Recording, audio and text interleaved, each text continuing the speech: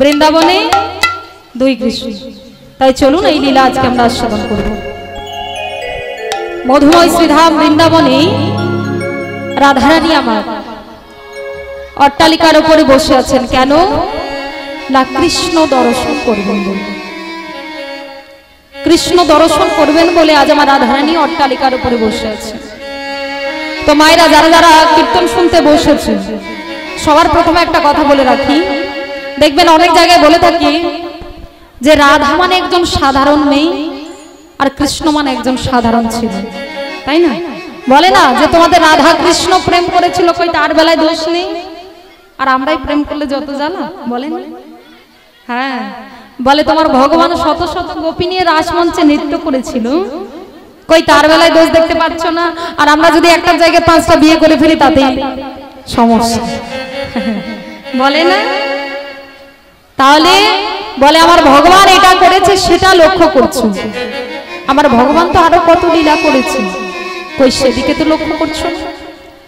আমার ভগবান তিনি পুতনাকে বধ করেছিলেন, কালী ও নাগকে দমন করেছিলেন। যেই পুতনা সুন্দরী রমণীর বেশ ধারণ করে এসে আমার গোবিন্দকে মারতে এসেছিল না, দুগ্ধ পান করাতে, তা আমার গোবিন্দ দেখুন এতটাই ক্ষমতা, ওই পুতনা যখন দুগ্ধ পান করাতে এসেছিলেন ওই পুতনার দুগ্ধের সঙ্গে পুতনার প্রাণটাকেও একেবারে চুষে নিয়েছিলেন, তাই না? তাহলে আমার গোবিন্দের সঙ্গে তুলনা করা, বলে এগুলো মূর্খামি ছাড়া আর কি কিছুই কাজ? ভগবানের সঙ্গে আমাদের মতো সাধারণ মানুষের তুলনা কোনোদিনও হবে? ভগবানের সঙ্গে কোনোদিনও সাধারণ মানুষের তুলনা করতে নেই। তাহলে রাধা মানে মাগো কোনো সাধারণ মেয়ে মানুষ নয়, রাধা কি বলছেন? রাধা, রাধা যিনি আরাধনা করেন তিনি হলেন রাধা, তিনি হলেন রাধা। রাধা মানে কোনো সাধারণ মেয়ে নয়, রাধা মানে কোনো সাধারণ মেয়ে মানুষ নয়। তাহলে রাধা, শাস্ত্রী বলছেন যে রাধা কৃষ্ণ এক আত্মা, দুই দেহ, রাধা কৃষ্ণ একই আত্মা, তাই না?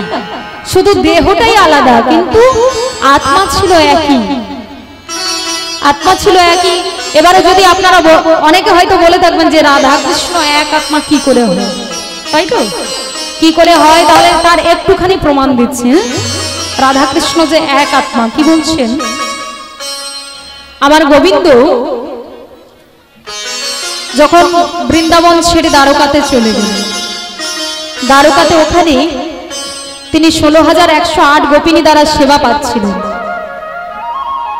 সেবা পাচ্ছিলেন। ওনাদের মধ্যে সর্বশ্রেষ্ঠ নায়িকা যিনি ছিলেন উনি হলেন রুক্মিণী, তাই তো? রুক্মিণী সেবা পাচ্ছিলেন, এত মহিষী দ্বারা সেবা পাচ্ছেন, কিন্তু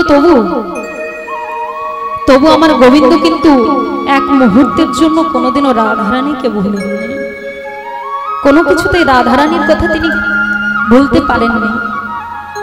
তাই একদিন কি করেছে না রুক্মিণী কি করেছে না গরম দুগ্ধ নিয়ে এসেছে আমার গোবিন্দকে সেবা দেবেন বলে, গরম দুগ্ধ নিয়ে এসেছে। তো রুক্মিণী তো আর জানে না, রুক্মিণী তো আর জানে না যে এই দুগ্ধটা কতটা গরম হতে পারে, জানে না তো।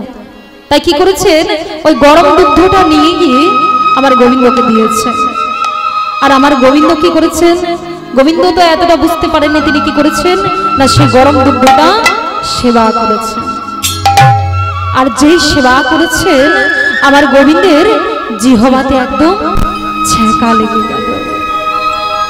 যেই ছ্যাঁকা লেগে গেছে আমার গোবিন্দ তখন সঙ্গে সঙ্গে বলছেন হা রাধে রাধে। যেই হা রাধে বলেছেন অমনি সঙ্গে সঙ্গে রুক্মিণী চমকে উঠলেন যে কেই রাধা, কেই রাধা, যে যার জন্য আমার স্বামী যখন তখন এই রাধার নাম কেন বলে, কেই রাধা, যার জন্য আমাদের স্বামী সারা রাত্রি কেঁদে কেঁদে চোখের জলে বালিশ ভিজিয়ে দেয়, কেই রাধা। তো কেই রাধা আজকে আমাকে জানতেই হবে। এই বলে কি করেছে না পরের দিন সকালে সবাইকে ডেকেছেন, সেই 16,108 গোপিনীদেরকে ডেকেছেন। ডেকে সবাইকে জিজ্ঞাসা করছে, তুমি কি রাধা? বলে না। তুমি কি রাধা? বলে না। বলে তুমি রাধা? না। তাহলে তুমি কি রাধা? বলে না। বলে তাহলে কে রাধা? কে রাধা যে যার জন্য আমাদের স্বামী সর্বদাই চোখের জল ফেলিয়ে বালিশ ভিজিয়ে দেয়? কে রাধা? তা আজকে আমাকে জানতেই হবে কে রাধা। এই বলে কি করেছেন না, চলতে চলতে হঠাৎ দেখা হয়ে গেল মা নারদ মুনির সঙ্গে। নারদ মুনিকে জিজ্ঞাসা করছে, আচ্ছা নারদ, তুমি কি বলতে পারো এই রাধাকে কি তুমি চেনো? যেই বলেছে তখন নারদ বলছে, হ্যাঁ আমি চিনবো না? তুমি দেখতে চাও রাধাকে? চলো আমি তোমাকে নিয়ে যাব। এই বলে রুক্মিণী কি করেছেন, নারদের সঙ্গে সেই বৃন্দাবনে এসেছে। বৃন্দাবনে এসে দেখলেন যে একটি ঘরের মধ্যে একজন রমণী মাথায়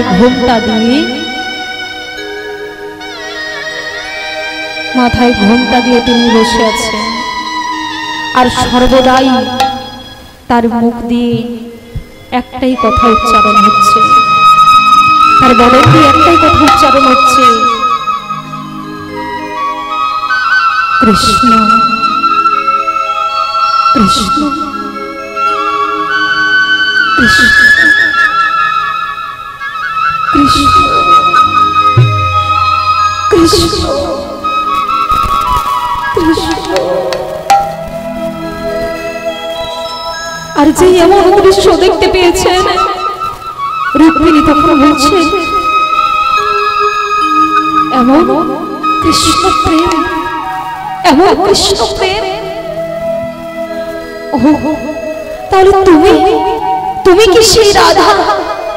তুমি কি সেই রাধা যে যার জন্য আমাদের স্বামী সারা রাত্রি কান্না করে, সারা রাত্রি চোখের জল ফেলে? তুমি কি সেই রাধা? যেই বলেছে সঙ্গে সঙ্গে তখন আমার রাধারানী বলছেন, রুক্মিণী, তোমার যদি আমার গোবিন্দকে এত সেবা দেওয়ার প্রয়োজন ছিল, এত যদি সেবা দেওয়ার ইচ্ছে ছিল, তাহলে তুমি কি ওই দুগ্ধটাকে একটু শীতল করে দিতে পারলে না? বলো, ওই দুগ্ধটাকে কি একটু শীতল করে দিতে পারলে না?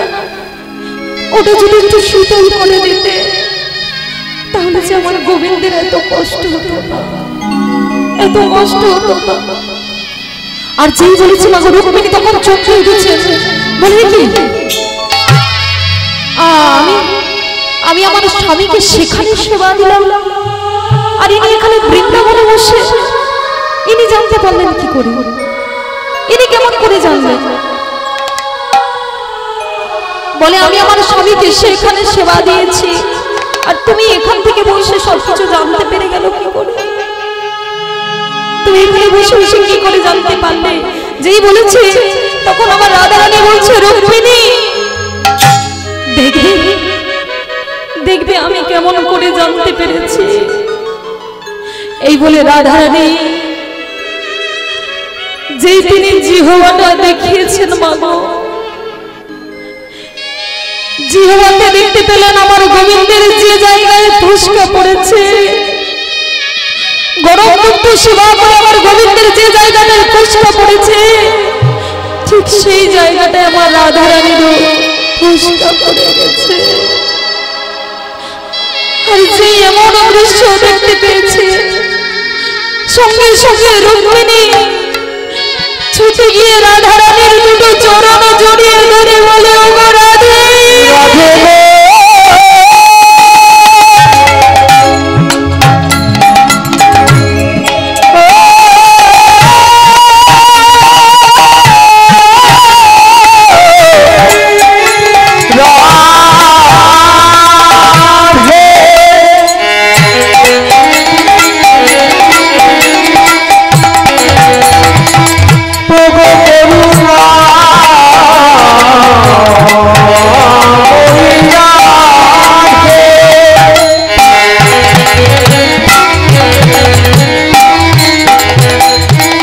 ওগো রাধে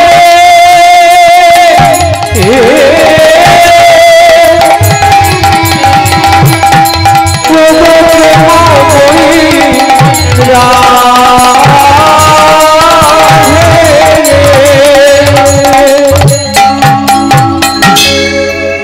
ওগো রাধে, ওগো রাধে, তুমি আমাকে কৃপা করো রাধে, তুমি আমাকে কৃপা করো,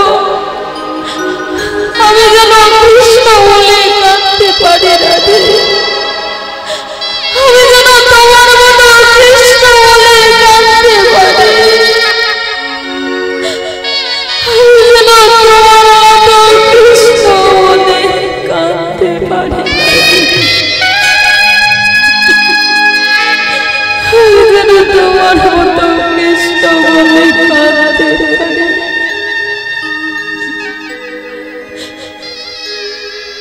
তাহলে ভক্তমণ্ডলী ভক্তিমতী মায়েরা, সেই রাধা রানী যে শাস্ত্রী বলছেন যে রাধা কৃষ্ণ এক আত্মা, দুই দেহ ধরি, দুটো দেহ ধরেছেন লীলা প্রকাশের জন্য, কিন্তু আত্মা কিন্তু একই। এই যে ভালোবাসা, দেখো তোমার আমার এরকমই মায়ার ভালোবাসা নয়, কেমন ভালোবাসা করেছিলেন গোবিন্দ, কেমন রাধারানীর প্রেম ছিল। সেই রাধা, রাধা মানে কোনো সাধারণ মেয়ে নয়, রাধারানী মানে কোনো সাধারণ মেয়ে মানুষ নয়, বলছেন যে যিনি আরাধনা করেন তিনি হলেন রাধা। সেই রাধা রানী, সেই রাধা হতে গেলে কি কি করতে হবে? এবার যদি বলেন যে আরাধনা করবেন, আরাধনা বলে তো সহজ কথা নয়, এটা কোনো সহজ কথা নয়। আরাধনা করতে গেলে কি করতে হবে? সৎ গুরুর চরণ আশ্রয় করতে হবে। সৎ গুরুর চরণ আশ্রয় করে আপনি যদি সেগুলো শিখতে পারেন, উনি আপনাকে শিখিয়ে দেবেন যে রাধা হতে গেলে কি কি হতে হবে। সেটা আপনারা যদি চান আপনারা হতে পারেন, বা আমরা যদি চাই আমরাও হতে পারবো। তাই বলছেন যে যা রয়েছে এই ব্রহ্মাণ্ডে, তা রয়েছে আমাদের এই দেহভাণ্ডে, তা রয়েছে আমাদের এই দেহভাণ্ডে। আচ্ছা মায়েরা, বৃন্দাবনে গিয়েছো? হ্যাঁ, এদিকে বৃন্দাবনে গিয়েছো? কারা কারা গিয়েছো দেখি একটু হাত তোলো। কেউ যায় না? গিয়েছে হাতে গোনা কয়েকজন। হ্যাঁ গিয়েছো? না তুমি যাওনি, পেছনে ওই যে ঠাকুমা হাত তুলেছে। গিয়েছো বৃন্দাবনে দুবার? ও মা, ভালো। নিতাই গৌর হরি বল। বৃন্দাবনে গিয়েছেন, বৃন্দাবনের পরিসীমা কত? বৃন্দাবনের পরিসীমা কত ও ঠাকুমা? 14 কত বলো? 84 লক্ষ। যাওনি যে তার প্রমাণ এখানে। 84 ক্রোশ, তাই তো? 84 ক্রোশ মানে কি?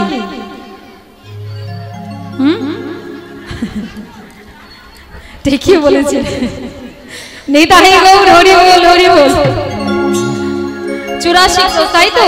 আর মহাজন তত্ত্ব দিচ্ছেন যে আমাদের যে দেহ বৃন্দাবন, আমাদের যে দেহ বৃন্দাবন রয়েছে, সেই দেহ বৃন্দাবনের পরিমাপও কিন্তু 84 ক্রোশ।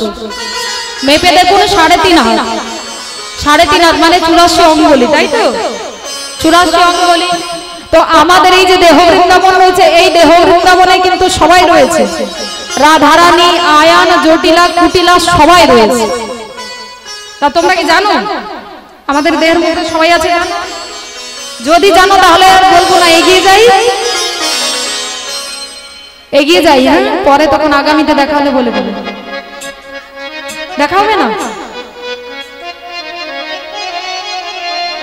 আজই বলে দিতে হবে।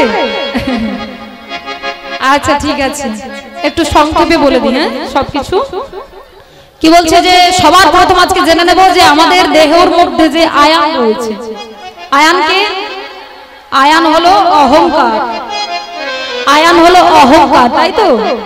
আর অহংকার হলো ভজন সাধনের পথে বাদী, আপনাকে কোনোদিনও ভজন সাধনের পথে যেতে দেবে না, কোনোদিনও যেতে দেবে না।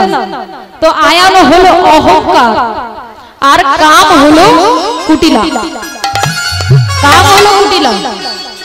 তো এই কাম, কামের কিন্তু অনেক তাৎপর্য আছে, অনেক ব্যাখ্যা আছে। এই কাম, কামটা কাকে বলছে না, যখন কোনো ছেলে বা মেয়ে যখন যৌবনে পদার্পণ করে তখন তাদের মধ্যে কামের প্রকাশ ঘটে। আর যখন দেহতে কামের প্রকাশ ঘটে, একজন পুরুষ চাইবে একজন নারীর সঙ্গ করতে, আবার একজন নারী চাইবে একজন পুরুষের সঙ্গ করতে। তো এই দেহতে যখন কামের প্রকাশ করবে, তোমরা তোমাদের লক্ষ্যটাকে কেউ গোবিন্দ চরণ থেকে সরিয়ে ফেলো না, তাহলে কিন্তু বিপদ ঘটতে পারে। তাই মহাজন বলেছেন যে কাম কৃষ্ণ কর্মা প্রাণে, কামটাকে তোমরা কেউ অসৎ কাজে লাগিয়ে দিও। দেহতে যখন কামের প্রকাশ ঘটবে, গোবিন্দের চরণ থেকে লক্ষ্যটাকে সরিয়ে ফেলবে। এই কাম, এই কামে বশীভূত হয়ে একজন ব্রাহ্মণ, একজন ব্রাহ্মণের ছেলে একজন রমণীর সঙ্গ করবার জন্য তার পেছনে ধারিত হয়েছিল। এই কামে বশীভূত হয়ে, কার কথা বলছি, কার কথা বলছি? কামে বশীভূত হয়ে যিনি একজন রমণীর সঙ্গ করবার জন্য তার পেছনে ধারিত হয়েছিল। জানো, জানো না? বিল্লো ঠাকুরের নাম শুনেছো? নাম শুনেছো? শোনোনি? হ্যাঁ কি না? হ্যাঁ বলো, জোরে বলবে। বিল্লো ঠাকুর, তাই তো? যিনি কামে বশীভূত হয়ে একজন রমণীর সঙ্গ করবার জন্য তার পেছনে ধারিত হয়েছিল। ওই নদীর ধারে, ওই নদীর ধারে চিন্তামণি নামে একজন বেশ্যা রমণী থাকতো। সেই রমণীর রূপে মোহিত হয়ে প্রত্যেকদিন ওই নদীর তীরে যেতেন চিন্তামণিকে এক পলক দেখার জন্য। চিন্তামণিকে এক পলক দেখার জন্য তিনি যেতেন। একটা দিনও যদি চিন্তামণিকে না দেখতেন তিনি থাকতে পারতেন না। শুধু একটা দিন কেন, একটা মুহূর্ত চিন্তামণির কথা না চিন্তা করে তিনি থাকতে পারতেন না। কেন? ভালোবেসে ফেলেছিলেন তিনি, ভালোবেসে ফেলেছেন চিন্তামণিকে। আর চিন্তামণি বুঝতে পেরেছিল যে ওই ঠাকুর আমাকে ভালোবেসে ফেলেছে, আমাকে যেভাবেই হোক ওই ঠাকুরকে গোবিন্দের ভজন সাধনের পথে ফিরিয়ে নিয়ে যেতে হবে। আমরা তো সবাই মনে করি চিন্তামণি, চিন্তামণি খুব খারাপ নেই, আমরা সবাই মনে করে থাকি, তাই না? কিন্তু চিন্তামণি কেউ খারাপ নেই নয়, চিন্তামণি খুবই ভালো। তিনি যে গোপনে ভগবানের সেবা পূজা অর্চনা করে থাকেন, সেই চিন্তামণি আজকে মনে মনে চিন্তা করছেন যে এই ঠাকুরকে গোবিন্দের ভজন সাধনের পথে ফিরিয়ে নিয়ে যেতেই হবে। সেদিন দেখতে দেখতে কি হলো না, বিল্লো ঠাকুর দেখা করতে এসেছে চিন্তামণির সঙ্গে। যেই দেখা করতে এসেছে মাগো, বিল্লো ঠাকুরের তখন বাবা মারা গিয়েছিল। আর যেদিন এসেছিল সেদিন চিন্তামণি তখন বলছে যে ঠাকুর আগামীকাল তুমি আমার কাছে আসবে না কেন? আগামীকাল তুমি আমার কাছে এসো। যদি বলো কেন? কারণ আগামীকাল তো তোমার পিতৃ শ্রাদ্ধ কার্য, আগামীকাল তুমি মন দিয়ে পিতৃ শ্রাদ্ধ কার্য পালন করে তারপর আমার কাছে এসো। কেমন? তারপরে আমার কাছে এসো। বলে চিন্তা তুমি তো বলছো, আমি চেষ্টা করব, আমি চেষ্টা করব তোমার কথা রাখার জন্য, কিন্তু চিন্তা আমি যদি তোমার কথা না রাখতে পারি, আমি যদি তোমার কথা না রাখতে পারি, তাহলে তুমি আমাকে ক্ষমা করে দিও চিন্তা, তুমি আমাকে ক্ষমা করে দিও। এই বলে কি করেছে না, পরের দিন পিতৃ শ্রাদ্ধ কার্য পালন করতে বসেছে। এবার ব্রাহ্মণ ঠাকুর মন্ত্র বলাচ্ছেন, যতবার মন্ত্র পাঠ করাচ্ছেন ততবার চিন্তামণির কথা মনে পড়ছে, যতবার মন্ত্র পাঠ করাচ্ছেন ততবার চিন্তামণির কথা মনে পড়ছে। কোন রকমের পিতৃসাধ্য কার্য পালন করে সেই পোশাকেই ছুটতে ছুটতে যাচ্ছেন চিন্তামণির কাছে। আর চিন্তামণির কাছে গিয়ে কি করেছেন, রাত্রি 12টার সময় দরজায় টোকা মেরে ডাক দিয়ে বলছেন, চিন্তা চিন্তা চিন্তা, তুমি দরজা খুলছো না কেন? আমি এসেছি, তুমি দরজা খোলো চিন্তা, দরজা খোলো। এমন সময় তখন চিন্তামণির সখীগণ বলছে, হ্যাঁ রে চিন্তা, এমন করে এত রাতে আবার তোকে কে ডাকছে? চিন্তামণি কি করেছে না, হাতে একটি প্রদীপ প্রজ্বলিত করেছে, হাতে একটি প্রদীপ প্রজ্বলিত করে ছুটে গিয়ে দরজা খুলে দেখে চমকে উঠে বলছে, নাকি কি হলো রে?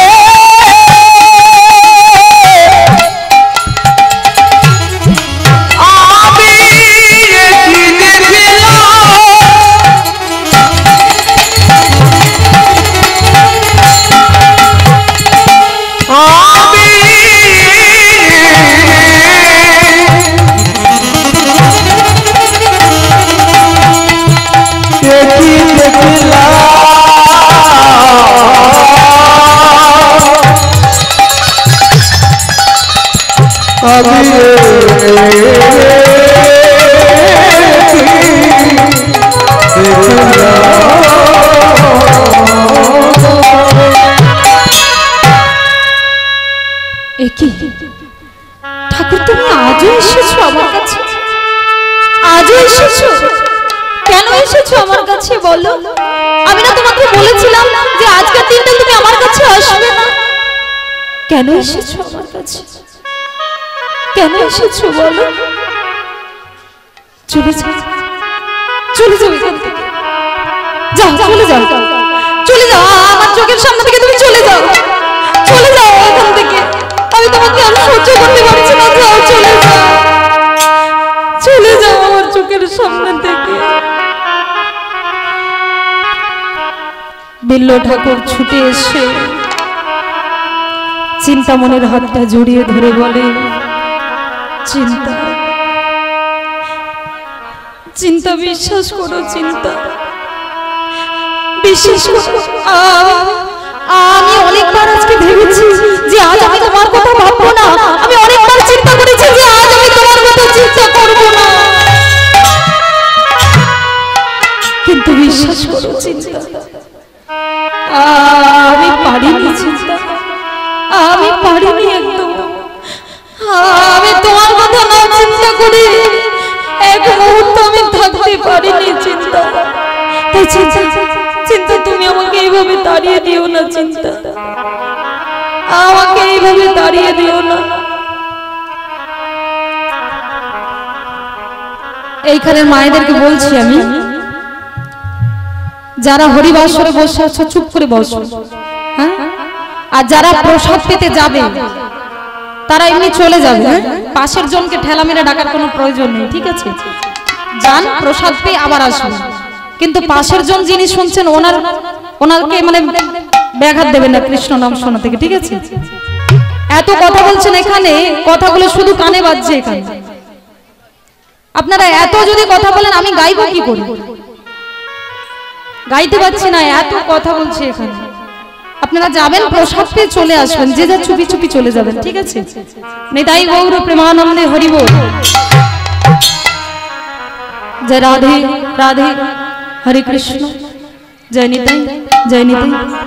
বলে, ঠাকুর তুমি আমাকে এত ভালোবাসো ঠাকুর, এত ভালোবাসো, তাই জানো ঠাকুর আমার কি মনে হয় জানো, তুমি তোমার এই ভালোবাসার 4 ভাগের 1 ভাগ দিয়ে যদি তুমি কোনোদিনও গোবিন্দকে ডাকতে পারতে, তুমি তোমার এই পবিত্র ভালোবাসাটা আমার মতো একজন অপবিত্র নারীকে না দিয়ে তোমার এই পবিত্র ভালোবাসাটা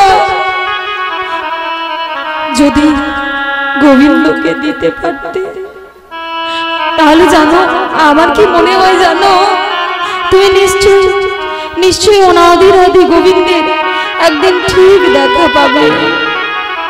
তাই শোনো ঠাকুর, আমি তোমাকে বলে দিচ্ছি, তুমি যেদিন এই চিন্তামণিকে ছেড়ে যেদিন জগৎ চিন্তামণিকে ভালোবাসতে পারবে, সেদিন আর এই চিন্তার চরণে ভালোবাসার ভিক্ষা চাইতে তোমাকে আর হবে না। তাই চলে যাও ঠাকুর, চলে যাও তুমি এখান থেকে, চলে যাও এখান থেকে। আমি আমি আর তোমাকে সহ্য করতে পারছি না ঠাকুর, চলে যাও, চলে যাও এখান থেকে, যাও চলে যাও, চলে যাও।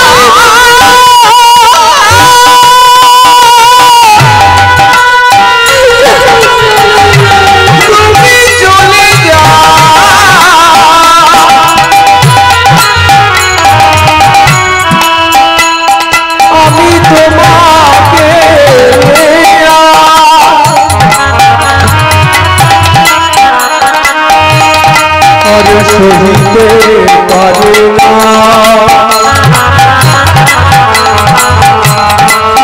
তুমি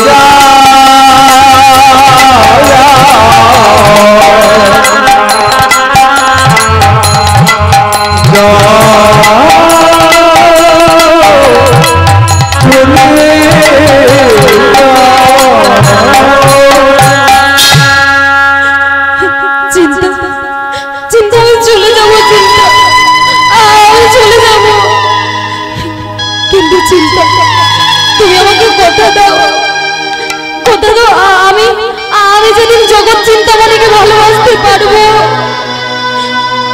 সেদিন তুমি আমাকে ভালোবাসবে তো চিন্তা? বলো না চিন্তা, সেদিন তুমি আমাকে ভালোবাসবে তো? বলো না চিন্তা, আমাকে সেদিন এইভাবে তুমি তাড়িয়ে দেবে না? বলো না চিন্তা, আমাকে তাড়িয়ে দেবে না তো? না ঠাকুর না, আমি তোমাকে কথা দিলাম, আমি তোমাকে কথা দিলাম, যেদিন তুমি জগৎ চিন্তামণিকে ভালোবাসতে পারবে সেদিন এই চিন্তা নিজেই গিয়ে তোমার চরণে আত্মসমর্পণ করবে।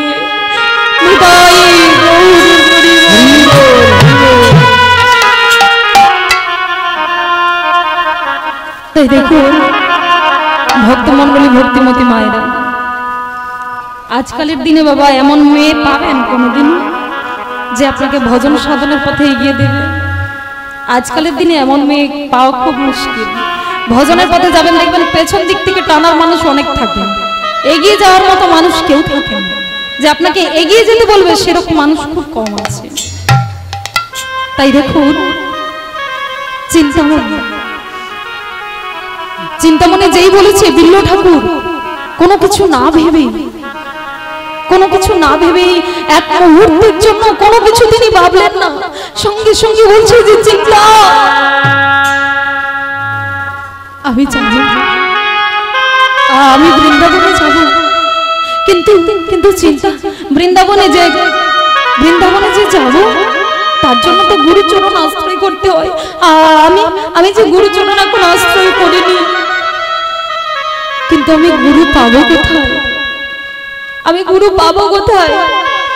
দেখো সঙ্গে সঙ্গে বিল্ল ঠাকুর কি করেছেন, এতটাই ভালোবাসেন চিন্তামণিকে, গুরু পাবে কই?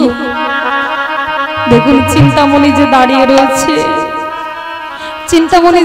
রয়েছে, সঙ্গে সঙ্গে বিল্ল ঠাকুর ছুটে গিয়ে চিন্তামণির চরণে আছাড় খেয়ে পড়ে বলছেন, ও গো চিন্তামণি,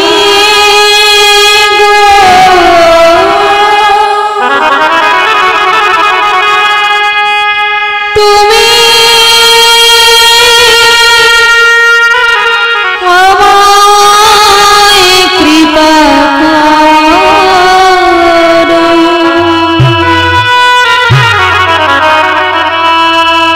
আমি যেন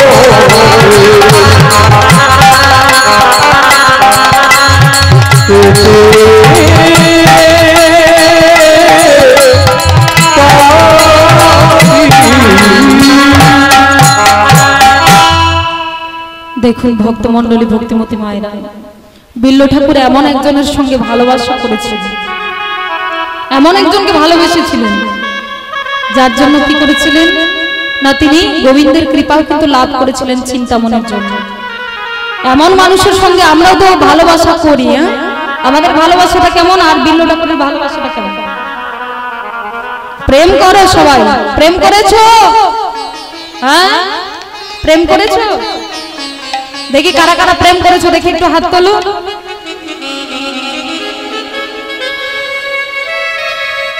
সে কি লজ্জা লাগছে?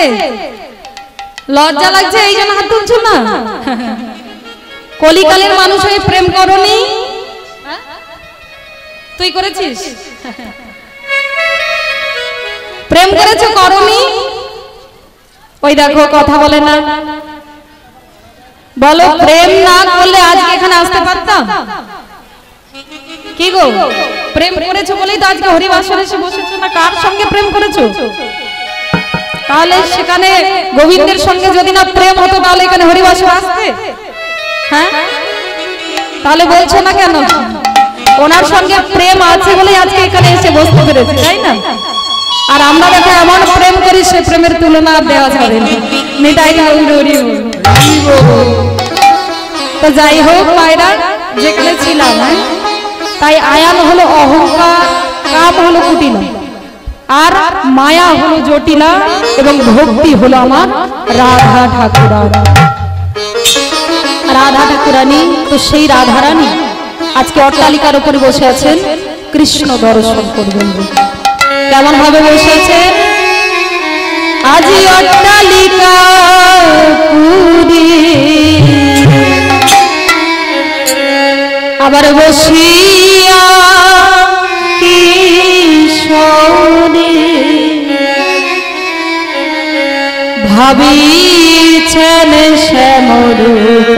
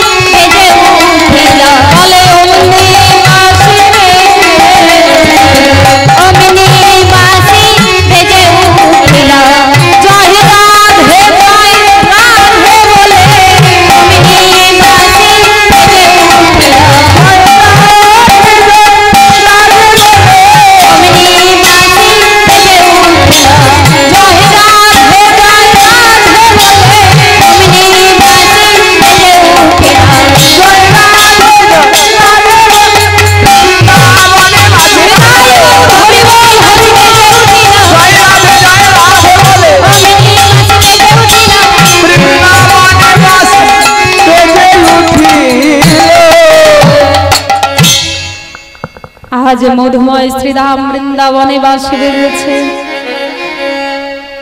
বাঁশি বেজেছে আজ বৃন্দাবনে। আর যেই বাঁশি বেজেছে আমার রাধারানী বেশ ভালোই ছিল মা, খুব ভালো ছিল। যেই বংশী ধ্বনি শুনতে পেয়েছে, ও মা দেখো, ও মায়েরা, ভালোবাসার মানুষের সঙ্গে যদি দেখা হয়, দেখা হয়ে যদি না কথা বলে মনটা কেমন হয়? হ্যাঁ হ্যাঁ, মন শুকনো হয়ে যায়। তাহলে প্রেম করেছে। দেখো, ভালোবাসার মানুষ চলে যাচ্ছে, রাধারানী দেখতে পাচ্ছে, কিন্তু রাধারানীর সঙ্গে আর কথা বলছে না। আর যখন রাধারানীর সঙ্গে কথা বলছে না, তখন ললিতাকে ডেকে বলছে, আয় ললিতা, আয় ললিতা। আরে ওই যে দেখ আমার বধূ যাচ্ছে, এই শোন না, আমি আজকে আমার বধূর কাছে যাব, একটু নিয়ে যাবি? হ্যাঁ, শোনা যাচ্ছে ললিতার কথা, শুনতে পাচ্ছ? ললিতার ব্যাটারি ডাউন হয়ে গেছে। হ্যাঁ, প্রত্যেকদিন রাত্রি জেগে জেগে আর ব্যাটারিতে চার্জ নেই। আরে চল না, ওই তো আমার বধূ যাচ্ছে, আমি যাব না? আজ মহাজন মাগো তত্ত্ব দিলেন, রাধারানী বংশীধ্বনি যেই শুনেছেন, মহাজন তত্ত্ব দিচ্ছেন, কি বলছেন? আজ শুনিবেন তবে ভগবান সব হইল রাধে, শুনিবেন তব তোমার সব হইল রাধে। আজ শুনিবেন তব ভগবান সব হইল রাধে।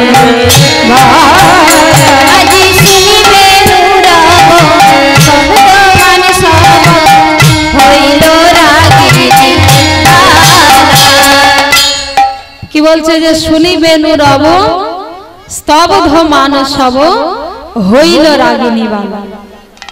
শুনিবেন রব মানে বংশীধ্বনি যেই শুনতে পেয়েছে, আজকে রাধারানীর মনটা আর এক জায়গায় থাকছে না, ছটফট ছটফট করছে গোবিন্দের সঙ্গে দেখা করতে যাবে বলে। হ্যাঁ,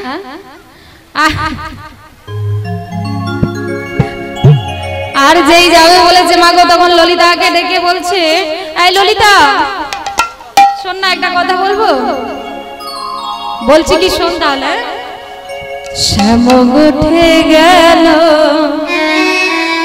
মোরা যাই চলো। কি বললি? হ্যাঁ, কি বলছিস? শ্যাম উঠে গেল মোরা যাই চলো।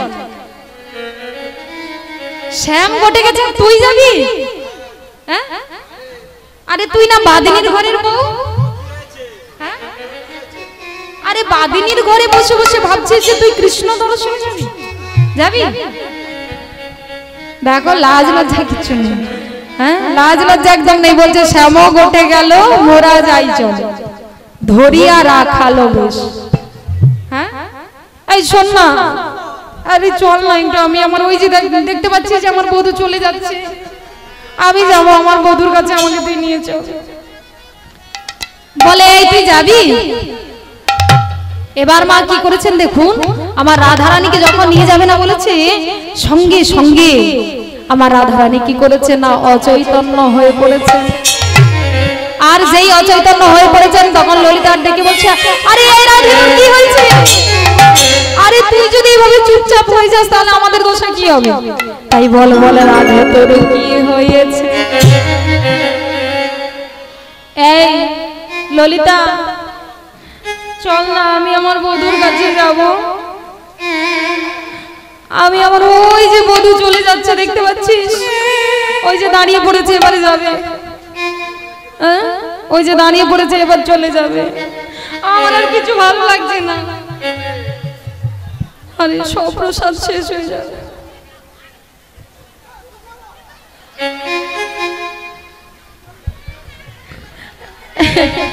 এই ললিতা, আরে চল না, আমি আমার বধূর কাছে যাবো, আমাকে নিয়ে যাবি তো? বলে আরে তোকে ভর দুপুর বলে কেমন করে নিয়ে যাবো? তোর ঘরে তো শাশুড়ি ননদি আছে না, কি করে তোকে নিয়ে যাবো? যেই বলেছে মা গো, আজকে কি করেছে না, শাশুড়ি ননদির চোখে ফাঁকি দিয়ে সব সখী যাবে রাখাল সেজে, রাখাল সেজে যাবে আজকে বৃন্দাবনে। গোচারণের মাঠে যাবে। তো রাধারানী কি করেছে না যাবে যেই বলেছে, তখন ললিতা বলছে আচ্ছা শোন, আজ একটা উপায় পেয়েছি তোকে নিয়ে যাওয়ার জন্য। বলে কি উপায়? না একটা উপায় আছে, আজ আমি তোকে কৃষ্ণ সাজাবো। আজ কৃষ্ণ তোকে সাজাবো, বৃন্দাবনে কৃষ্ণ সাজিয়ে তোকে নিয়ে যাবো। হ্যাঁ গো মায়েরা, বৃন্দাবনে কজন কৃষ্ণ? হ্যাঁ তিনজন। আজকে আমি গাইবো বৃন্দাবনে 2 জন কৃষ্ণ, আর সত্যি কৃষ্ণ কতজন বৃন্দাবনে? একজন। আজ হবে বৃন্দাবনে 2 জন কৃষ্ণ। তাহলে কি করে কৃষ্ণ হবে 2 জন কৃষ্ণ? এবার কি করেছেন দেখুন, রাধারানীকে কৃষ্ণ সাজাবে। বলে আজ আমরা ভাবছি যে তোকে আমরা কৃষ্ণ সাজাবো। যেই বলেছে মা গো, আমার তখন রাধারানীর কাঁদা বদনে হাসি এসেছে। বলে এই কি রে, আরে আমার কৃষ্ণ তো কালো, আরে আমার কৃষ্ণ কালো, তো আমাকে কেমন করে কালো করবে? হ্যাঁ বলে দেখ না তোকে কেমন করে সাজা। আমার রাধারানী তো গৌরাঙ্গিনী, তাই না? রাধারানী একদম পরিষ্কার। তখন ললিতা বলছে হ্যাঁ রে, পরিষ্কারকে কি কালো করতে সময় যায়? পরিষ্কারকে কালো করতে সময় লাগে না, কালোকে পরিষ্কার করতে সময় লাগে? হ্যাঁ, পরিষ্কারকে কালো করতে সময় লাগে না। যেমন দেখবেন একজন সৎ মানুষের নামে কালিমা রটাতে কিন্তু বেশি সময় লাগে না, লাগে? হ্যাঁ, বেশি সময় লাগে না, 2 মিনিটেই একদম দেবে সব শেষ করে একদম। তাহলে কালিমা রটাতে বেশি সময় যায় না, কিন্তু সেটাকে সেই কলঙ্কটাকে ঘোচাতেই কিন্তু অনেকদিন সময় লেগে যায়, তাই না? তো যাই হোক, আজকে বলছে রাধারানী তো গৌরাঙ্গিনী, কি করে কালো করবি? না দেখ না তোকে কি করে কালো করায়। আচ্ছা মায়েরা, কৃষ্ণ দেখেছো? কোথায় দেখেছো? ওই যে ছবিতে বিগ্রহ দেখেছো, তাই তো? কেন সত্যি কৃষ্ণ দেখোনি? সত্যি কৃষ্ণ দেখোনি? সত্যি কৃষ্ণ দেখোনি? আচ্ছা কে কে কৃষ্ণ দেখতে চাও দেখি, একটু হাত তোলো। সত্যি কৃষ্ণ কতজন দেখতে চাও দেখি? কি হলো, হাত তোলো। কৃষ্ণ দেখবে আর হাত তুলবে না, দেখি বড় বড় করে বাহু তোলো। কৃষ্ণ দেখবে তো? তা আমি যেটা বলবো সেটাই করতে পারবে তো? যেটা বলবো সেটা কিন্তু করতে হবে। দেখি হাত তোলো। যারা যারা কৃষ্ণ দেখতে চাও তারা কি করবে, এই যে এখান থেকে হরিবাসপুর থেকে বাড়ি যাবে তো বাড়ি গিয়ে কি করবে, সামনে পুকুর আছে, ওই পুকুরের জলে গিয়ে 1 ঘন্টা ডুব দিয়ে থাকবে।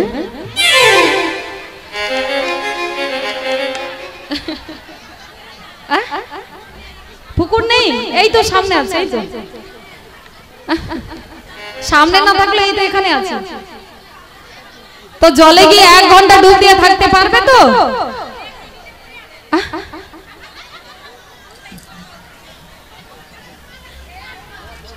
ও মায়েরা, বলে তাহলে আর বাঁচতে হবে না, আর কৃষ্ণও দেখতে হবে না, একদম কৃষ্ণের কাছে চলে যাবে।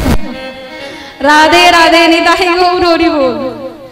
ও মা, সত্যিকারের কিন্তু আমি মিথ্যে কথা বলছি না। জলে ডুব দিলে ভগবানকে পাওয়া যাবে, জলে ডুব দিলে ভগবানকে পাওয়া যাবে। এই কি জানেন তো, আমার কথা বিশ্বাস হয় না তো এমন একটা উদাহরণ দিয়ে বলছি শুনুন। যেমন ধরুন, এই যেমন মায়েরা, মায়েদের বাড়িতে একটু গন্ডগোল অশান্তি হয় তো, এবার দেখবেন বাবার একটু মিলিয়ে দেখবেন যখন অশান্তি ঝগড়া হয় কি করে না, পাশের বাড়ির দিদিকে গিয়ে বলবে, বলে না? আর যত সময় না বলবে এইখানে যেন হজম হবে, বহুত হজম হয়ে থাকবে। এবার কি করেছে দেখুন, পাশের বাড়ির দিদিকে গিয়ে ডাক দিয়ে বলছে, ও দিদি, ও দিদি, জানো তো আমার না ভালো লাগে না, জানো আমার বর না ওই ওখান থেকে এসে না শুধু ঝগড়া ঝাঁটি অশান্তি ভাব। জানো দিদি আমার কি মনে হয় জানো, আমি না সুইসাইড করব।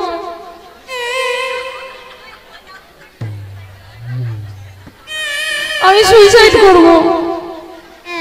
তবে জানো দিদি, ভাবছি সুইসাইড করব, হ্যাঁ, কিন্তু কি করে মরলে কষ্ট কম হবে বলো তো?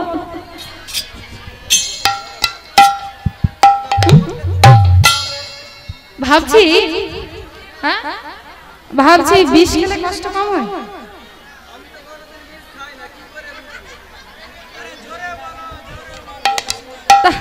গলায় দড়ি দিলে কষ্ট কম হবে?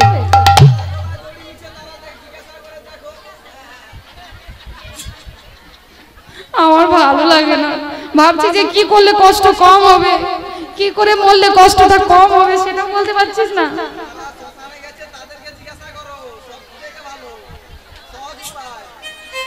ও মায়েরা, এবার পাশের বাড়ি দিদিকে যখন গিয়ে বললেন সে তখন বলবে যে আমি কি মরেছি যে আমি জানবো? তো যারা মরেছে তাদের কাছ থেকে গিয়ে জেনে, তাই না? তবে মায়েরা শুধু খারাপ ভাবছে আমাকে। আমি যে জলে ডুব দেওয়ার কথা বলেছি, আমি তো এই জলের কথা বলছি না। বলে ওই নদীর জলে নয় আর ওই খালের জলে নয়। বলে তাহলে কোন জল? যদি নয়ন জলে ডুবতে পারো,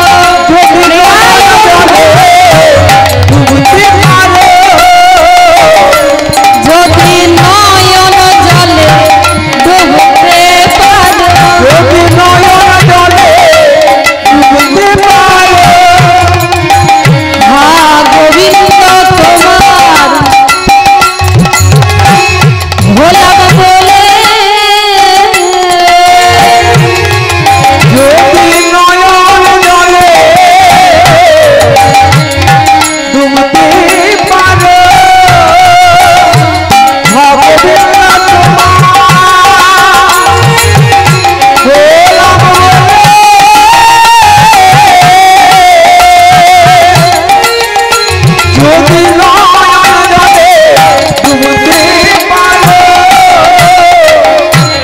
যদি নয়ন জলে ডুবতে পারো।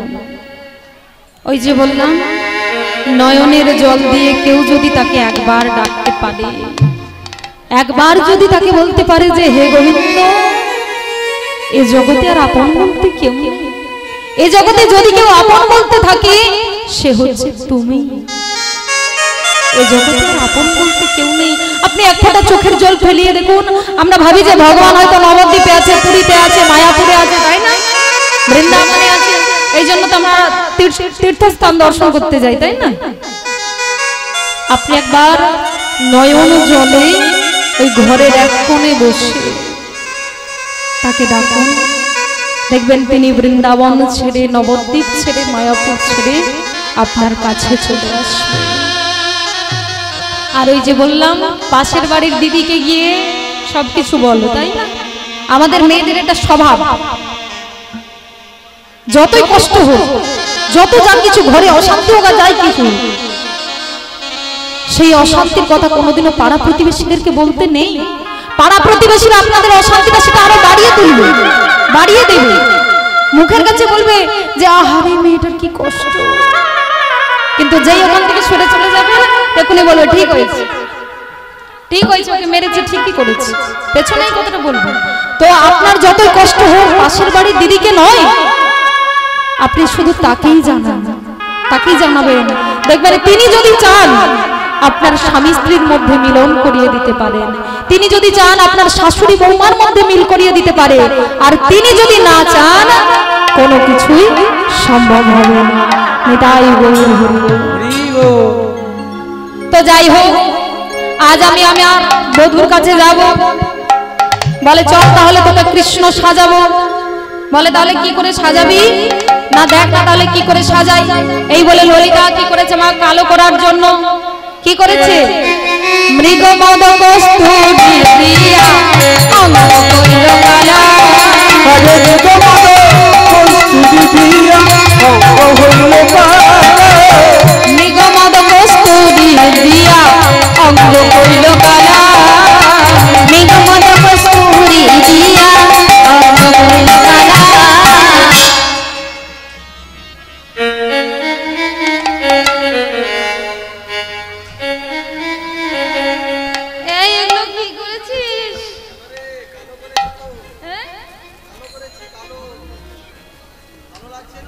কালো করেছিস?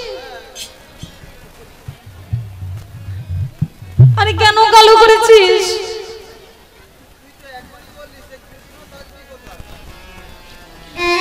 এখনকার মায়েরা ভরসা হওয়ার জন্য কত পার্লারে যাচ্ছে, কত ট্রিটমেন্ট করছে।